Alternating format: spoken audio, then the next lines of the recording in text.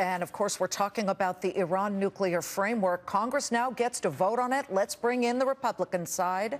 Republican Senator John Barrasso of Wyoming. Welcome, sir. And right off the bat, what is the most important power that the Corker-Cardin agreement is now going to give you as Congress members? Well, thanks for having me, Liz. Sure. It's the power of the people of America to actually see whatever this deal is with Iran and have their voices heard. That's what this is all about. And in terms of relieving sanctions, we want to make sure that any deal is enforceable, verifiable, that it's accountable. Because a world where Iran has a nuclear weapon is a world that, to me, is less safe, less secure, and less stable.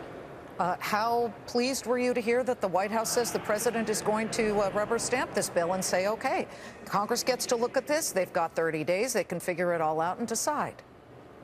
Well, this is a bill that we built in a bipartisan way. We brought on co-sponsors in a bipartisan way. This is completely bipartisan. And I think that the White House started to do the math and realized, even though the president threatened to veto it, that we had the votes to override him. So I think it was wise of him to say, OK, I'm going to yield to the Senate, yield to Congress, let the people see what's in it, let the people speak up. Senator, when you get your hands on the final agreement, should be sometime in June, what's a deal breaker?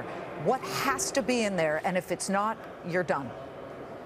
Well, it is to make sure that Iran does not get a nuclear weapon, and we have to have that accountability and enforceability. Those are the things that you're looking for in any sort of thing that you're going to approve, because this is all Iran wanting the money, lifting the sanctions, letting Iran have the money. Now, for one, I believe they're going to use the money for terrorism. I don't believe they're going to use the money to build roads or highways. But my concern is Iran with a nuclear weapon, either for them to use or to give to terrorists, because we know that they do support terror. Yeah, and in part of this agreement so far, we've seen mothballing of nuclear operations in Iran, but not destruction of nuclear operations. I know that's what's bothered Israel.